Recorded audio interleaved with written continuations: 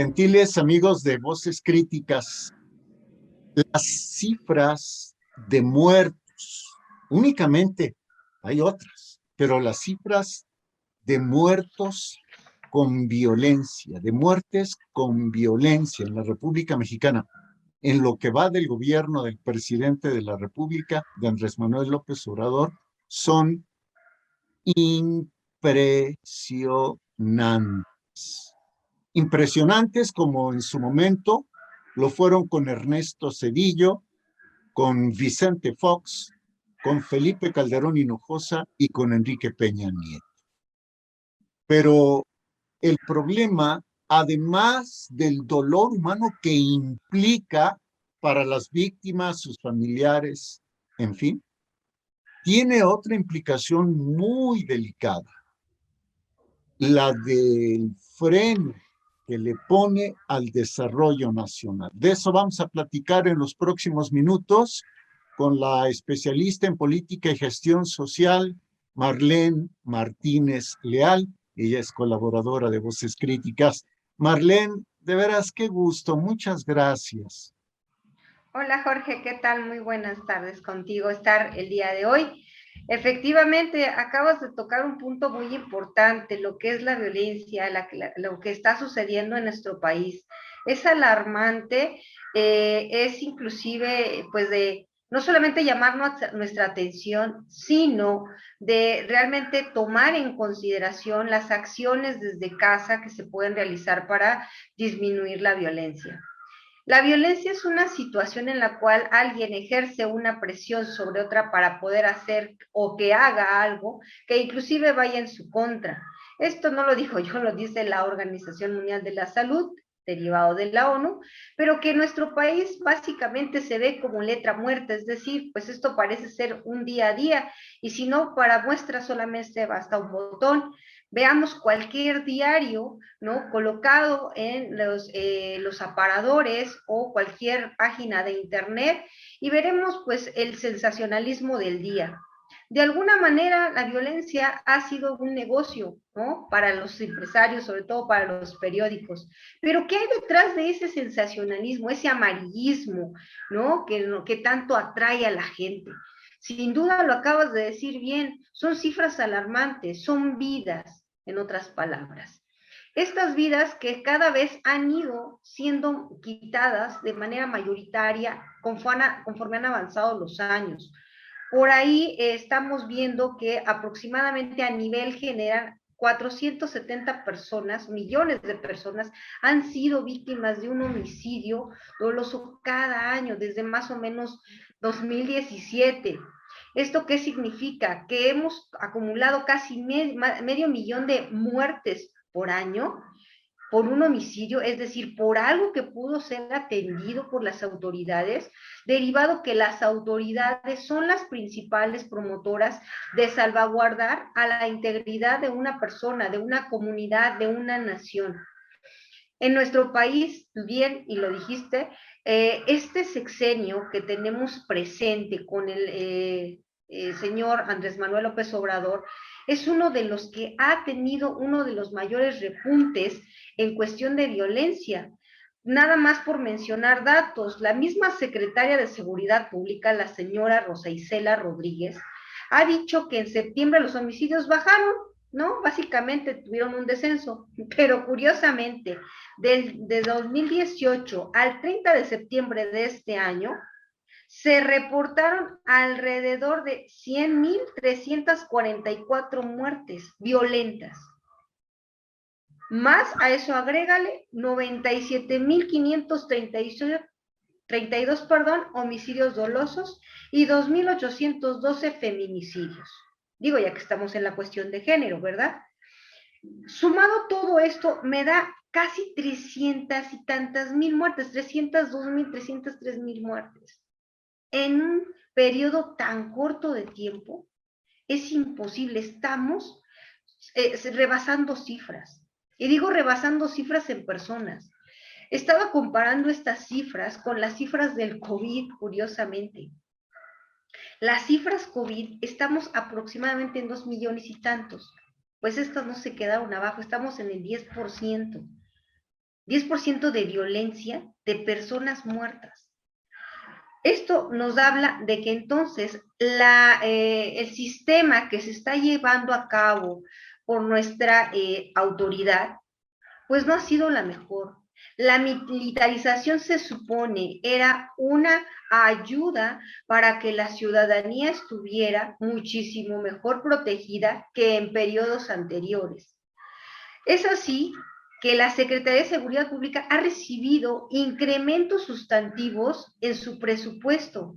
De 2019 hasta 2021 ha incrementado promedio cada año en más o menos 2% su presupuesto anual, lo cual no es poco, considerando que en la actualidad tenemos aproximadamente una cantidad del 1.2 del Producto Interno Bruto Nacional, dedicado exclusivamente a seguridad pública.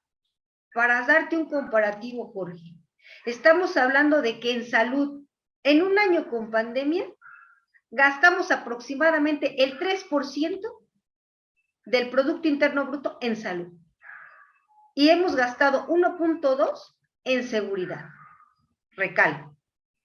En educación, hemos tenido aproximadamente el 6,5%, 6,7%, ¿sí? Pero en seguridad, que se supone es un área que tiene una trayectoria, que tiene un seguimiento, que se supone se ha ido modificando, que han habido cambios de estructuras, no solamente con la presente administración, sino con las anteriores, cero delincuencia, ¿no? Por ejemplo, que tuvimos ahí con Calderón inclusive, no hemos alcanzado índices menores, al contrario, hemos tenido un repunte en los casos de homicidio. El homicidio está entonces siendo una de las consecuencias más graves de esta administración. ¿Qué significa esto? El costo de la inseguridad en nuestro país, sea por asalto, sea por forcejeos, sea por el asalto a la tienda de la esquina, está alcanzando en promedio una cantidad de más o menos 4.71 billones de pesos, o lo que sería igual a casi la cuarta parte de nuestro Producto Interno Bruto. Lo que se está llevando de botín entre las vidas que acabo de mencionar, lo que sería el crimen organizado. ¿Por qué no darle prioridad a otras áreas que nos darían muchísimo mayor retribución que solamente dedicarnos a salvaguardar con policías, ¿no? O con mucho más personal, o a mantener un personal que no vigila realmente, que hacerlo en otras áreas prioritarias del desarrollo nacional. ¿Como Llama cuáles? mucho la atención. ¿Como cuáles, Marlene? Perdóname la interrupción. La cualquiera de desarrollo, por ejemplo, la de los proyectos productivos, es un área prioritaria. El campo mexicano está siendo abandonado. ¿Hace cuánto que en los campos no se les da apoyo?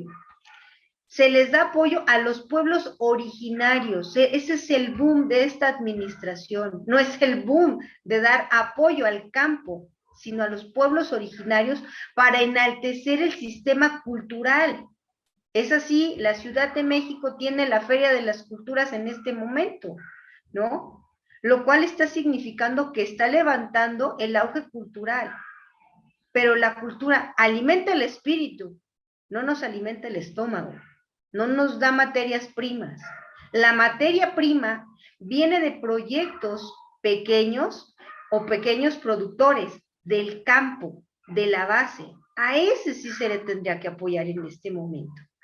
En el campo mexicano, hace algunos años tuve la oportunidad de hacer algún estudio y está desperdiciado más allá del 60% del territorio nacional, porque no tienen la tecnología para hacerlo productivo.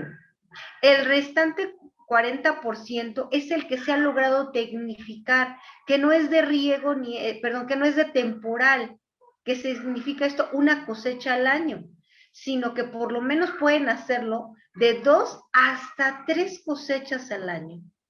¿sí? Lo que significa entonces una mayor productividad. Valga, la economía nos dice, entre más ofrezco producto, el producto puede ser consumido a menor precio. Entonces, ahí está la ventaja de tener mucho mayor productividad. El que hay una apuesta de hacer este tipo de proyectos hacia los sectores prioritarios, como lo es el sector del campo, serían todavía muchísimo más viables. Y ya todavía no siendo tan egoístas, pasémosle un poco también a la parte de educación. Están ahí los institutos el CONACYT, por ejemplo, que el año pasado recibió recortes en los proyectos también de investigación.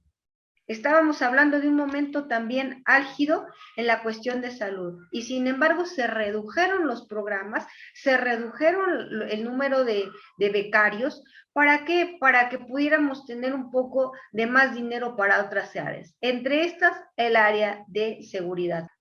Es triste ver, Jorge, sin duda, que ya la seguridad pública está siendo rebasada.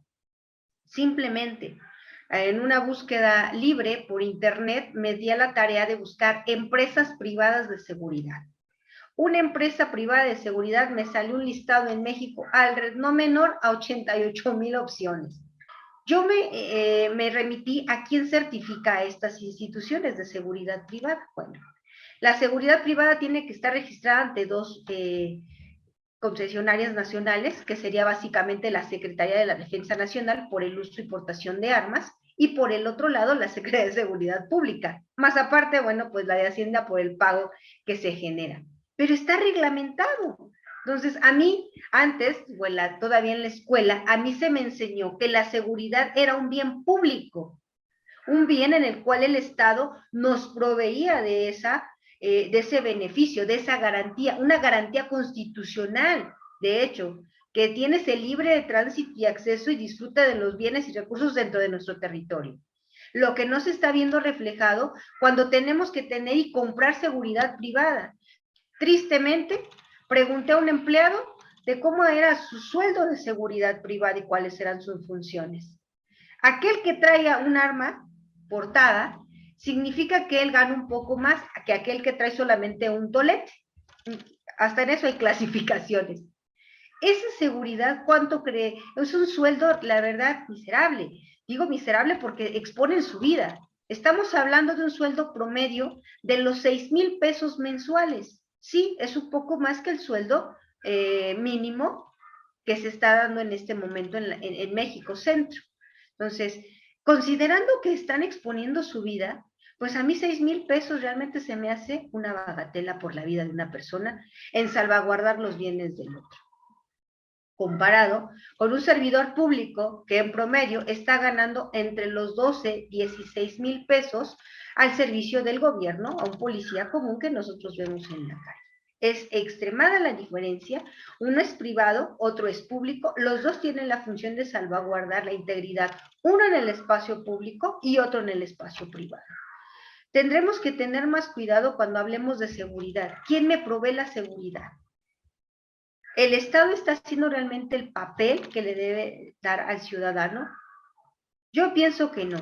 En esta administración, el hecho de hacer una nueva entidad, que fue la famosa Guardia Nacional, no está dando los frutos que se le colocó al principio. ¿Para qué derogar, no? ¿Para qué deshacer instituciones si solamente le voy a cambiar el nombre e inclusive las voy a hacer infuncionales? La atrofia de personal inclusive, eso lo muestra aquí. En administración el proceso debe de ser concatenado, no debe de ser traslapado, porque eso significa duplicación de funciones, y el duplicar funciones significa duplicar economías. Si lo que hoy me estás preguntando es que si se está viendo una afectación económica por la derivación de un esquema de seguridad pública en nuestro país, sí la hay. Las estadísticas, las cifras que dan son contundentes y me quedo con el dato de todos los que diste, hay uno que me impactó más.